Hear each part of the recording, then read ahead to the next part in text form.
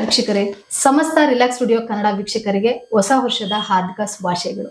ಇವತ್ತು ನಮ್ಮ ಜೊತೆ ಇದ್ದಾರೆ ಪ್ರಖ್ಯಾತ ಅಸ್ಟ್ರಾಲಜರ್ ಹಾಗೂ ನ್ಯೂಮರಾಲಜಿಸ್ಟ್ ಆದಂತಹ ಬ್ರಾಹ್ಮಿಣಿ ಅಂಜಲಿ ಅವರು. ಬನ್ನಿ ಅವ್ರನ್ನ ಸ್ವಾಗತಿಸೋಣ. ನಮಸ್ಕಾರ ಮೇಡಮ್. ನಮಸ್ಕಾರ ಮೇಡಮ್. ಮೇಡಮ್, ಮೊದಲಿಗೆ ಕುಂಭರಾಶಿಯೇ ಯಾವ ಗ್ರಹ ಒಂದು ಅಧಿಪತಿ ಆಗುತ್ತೆ, ಹಾಗೆ ಕುಂಭರಾಶಿಯ ಜನರ ಸ್ವಭಾವ ಹಾಗೆ ಗುಣಲಕ್ಷಣಗಳ ಬಗ್ಗೆ ತಿಳಿಸ್ಕೊಡಿ. ಖಂಡಿತ. ನಮಸ್ಕಾರ ವೀಕ್ಷಕರೇ, ರಿಲ್ಯಾಕ್ಸ್ ಸ್ಟುಡಿಯೋ ವೀಕ್ಷಕರಿಗೆ ಹೊಸ ವರ್ಷದ ಆರ್ಥಿಕ ಶುಭಾಶಯಗಳು.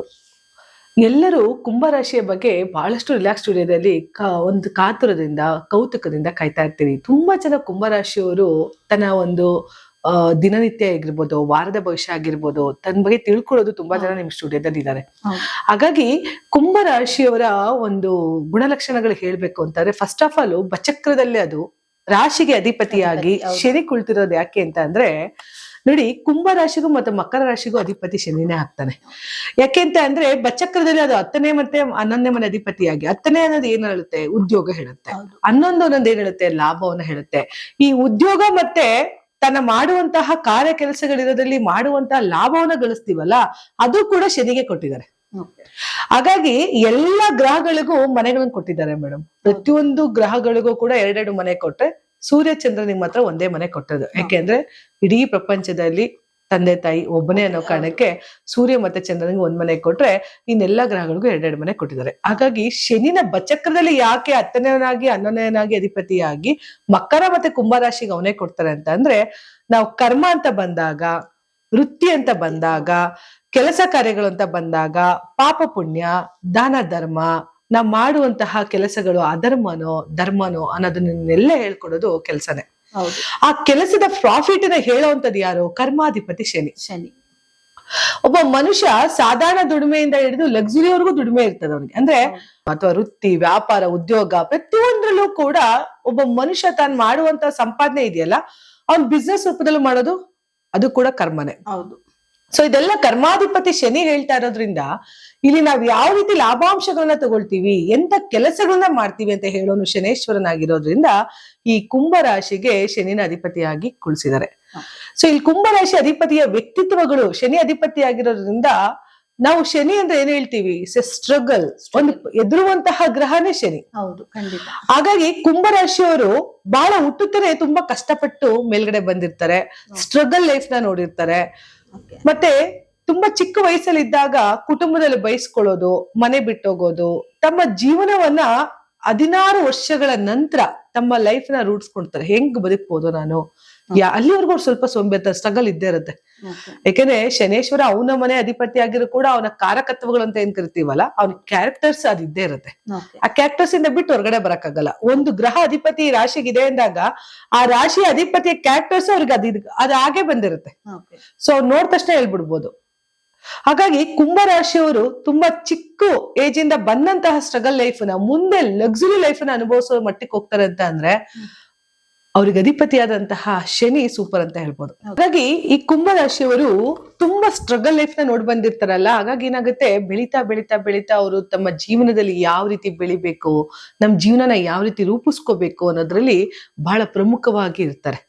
ಮತ್ತೆ ಕುಂಭರಾಶಿಯವರಲ್ಲಿ ತುಂಬಾ ಮಹಾ ಸಾಧಕರಿರ್ತಾರೆ. ಯಾಕಂದ್ರೆ ಇದೊಂದು ಸ್ಥಿರ ರಾಶಿ. ಇವ್ರು ಒಂದ್ಸರಿ ಏನಾರ ಗುರಿ ಇಟ್ರೆ, ನಾನು ಇಂತ ಕೆಲಸ ಮಾಡ್ಬೇಕು ಅಂತ ಏನಾರ ಇಟ್ಕೊಂಡ್ರೆ 1000% ಆ ಕೆಲಸ ಮಾಡೇ ಮಾಡ್ತಾರೆ. ಅದನ್ನ ಹೊರಗೆ ಬರಲ್ಲ. ಅವ್ರ ಇಷ್ಟ ಕಷ್ಟ ಇರ್ಬೋದು, ಏನಾರು ವಿಚಾರ ಇರ್ಬೋದು, ಮಾಡ್ತೀನಿ ಅಂತ ಏನಾರ ಅವರು ಕೈಗೆ ಎತ್ಕೊಂಡಿದ್ ಕೆಲಸ ಕಾರ್ಯಗಳನ್ನ ಪರಿಪೂರ್ಣವಾಗಿ ಮಾಡುವಂತ ಏಕೈಕ ರಾಶಿ ಅಂದ್ರೆ ಅದು ಕುಂಭರಾಶಿಯವರು. ಯಾಕೆಂದ್ರೆ ಕುಂಭರಾಶಿಯವರಲ್ಲಿ ಸ್ಥಿರ ರಾಶಿ ಆಗಿರೋದ್ರಿಂದ, ಜೊತೆಗೆ ಇದೊಂದು ವಾಯುತತ್ವ ರಾಶಿ.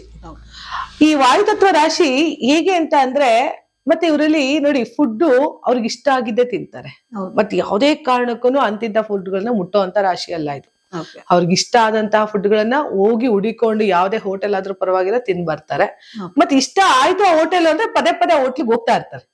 ಸೊ ಈ ತರ ಒಂಥರ ಫುಡ್ ಬಗ್ಗೆ ಬಹಳಷ್ಟು ಒಂದು ಕಾಳಜಿನ ಇರುವಂತವ್ರು, ರುಚಿಯಾದ ಅಡಿಗೆ. ಮತ್ತೆ ಕುಂಭರಾಶಿಯವರು ತುಂಬಾ ಚೆನ್ನಾಗಿ ಅಡಿಗೆ ಮಾಡ್ತಾರೆ.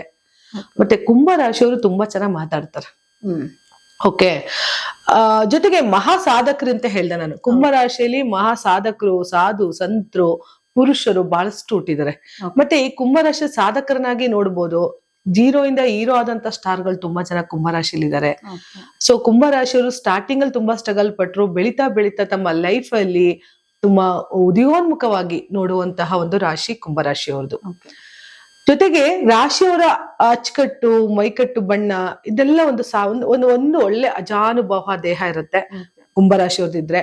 ಇಲ್ಲಾಂದ್ರೆ ಬಹಳ ಒಂಥರ ಕುಳ್ಳಕ್ಕೆ, ಸಣ್ಣಕ್ಕೆ, ತೆಳ್ಳಗೆ ಇರುವಂತಹ ಒಂದು ರಾಶಿ ಇದ್ರೆ ಒಂದು ಒಳ್ಳೆ ಮೈಕಟ್ಟು, ಇಲ್ಲ ಅಂತಂದ್ರೆ ಅದಕ್ಕಿಂತ ಸ್ವಲ್ಪ ಕಡಿಮೆ ಇರುವಂತಹ ಕುಳ್ಳಕ್ಕೆ ಮೈಪಟ್ಟು ಇಲ್ಲದೆ ಇರುವಂತಹ ವ್ಯಕ್ತಿ ಇರ್ತಾರೆ. ಇದು ಒಂದು ಅಜಾನುಭಾವ, ಆ ರೀತಿ ವ್ಯಕ್ತಿತ್ವ ಇರುವಂತಹ ಕುಂಭರಾಶಿಯವರು. ಮತ್ತೆ ಕುಂಭರಾಶಿಯವರಲ್ಲಿ ಹೇಗೆ ಅಂತ ಅಂದ್ರೆ ಹಠಮಾರಿ ಸ್ವಭಾವ ಇರೋದ್ರಿಂದ, ಮತ್ತೆ ಇವರು ಯಾರನ್ನಾರು ಹೊಗಳಿಕೆಯನ್ನು ಅಷ್ಟು ಸುಲಭವಾಗಿ ಇಷ್ಟಪಡಲ್ಲ. ಅಂದ್ರೆ ಬೇಗ ಬೇರೆ ರಾಶಿಗಳಾದ್ರೆ ಬೇಗ, ಈಗ ಮೇಷರಾಶಿಯವ್ರಿಗಂತೂ ಹೊಗಳಿದ ತಕ್ಷಣ ಕೆಳಗೆ ಬಿದ್ದೋಗ್ತಾರೆ. ಹೌದು, ಇದು 100% ಸತ್ಯ. ಆದ್ರೆ ಕುಂಭರಾಶಿಯವ್ರು ಹಂಗಲ್ಲ.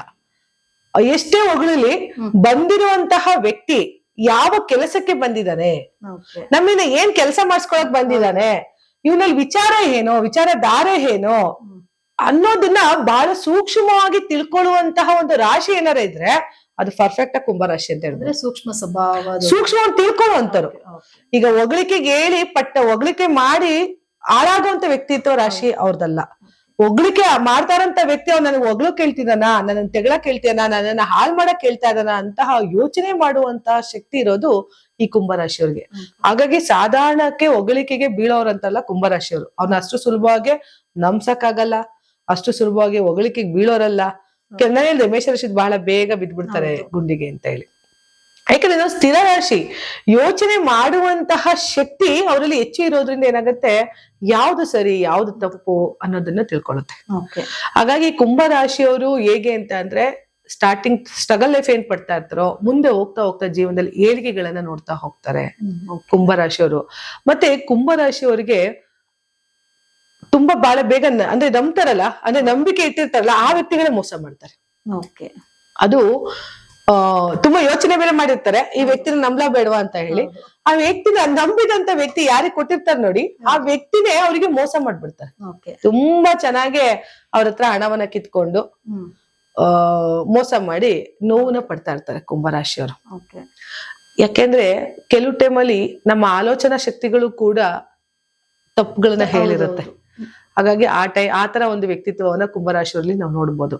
ಮತ್ತೆ ಕುಂಭರಾಶಿಯವರಿಗೆ ಹೇಗೆ ಅಂತ ಅಂದ್ರೆ ಪ್ರತಿಯೊಂದು ವೃತ್ತಿ ರಂಗದಲ್ಲೂ ಬಹಳಷ್ಟು ಪ್ರವೀಣತೆಯನ್ನ ಹೊಂದಿರೋರು. ಯಾಕೆಂದ್ರೆ ಇಂಥದ್ದು ಅಂತ ಹೇಳಂಗಿಲ್ಲ.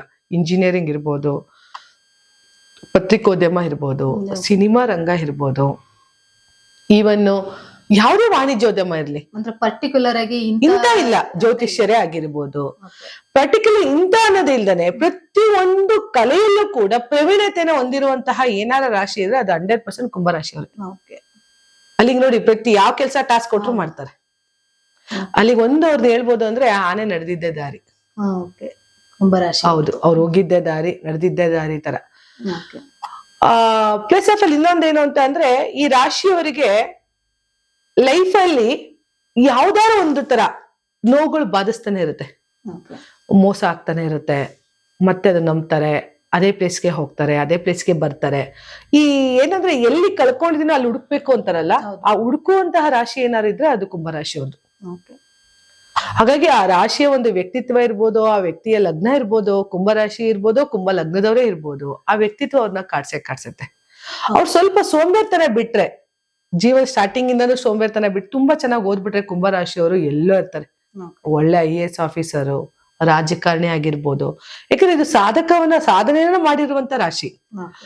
ಸ್ಟ್ರಗಲ್ ಮಾಡ್ಬೇಕಷ್ಟೇ. ಎಷ್ಟು ಸ್ಟ್ರಗಲ್ ಪಡ್ತಾರೋ, ಎಷ್ಟು ಕಷ್ಟ ಪಡ್ತಾರೋ, ತಮ್ಮ ಚಿಕ್ಕ ಏಜಿನಿಂದ ಹಿಡಿದು ಸಾಯುವವರೆಗೂ ಸಾಧನೆ ಮಾಡುವಂತ ಒಂದು ರಾಶಿ. ಸೊ ಹಂಗಾಗಿ ಚಿಕ್ಕದ್ರಲ್ಲಿ ಅವರು ತಮ್ಮ ಸ್ಟೇಬಿಲಿಟಿನ, ತಮ್ಮ ಲೈಫ್ ನೇ ಕಟ್ಕೋಬೇಕು, ಎಲ್ಲವನ್ನ ನೋಡ್ತಾ ಇರ್ಬೇಕು.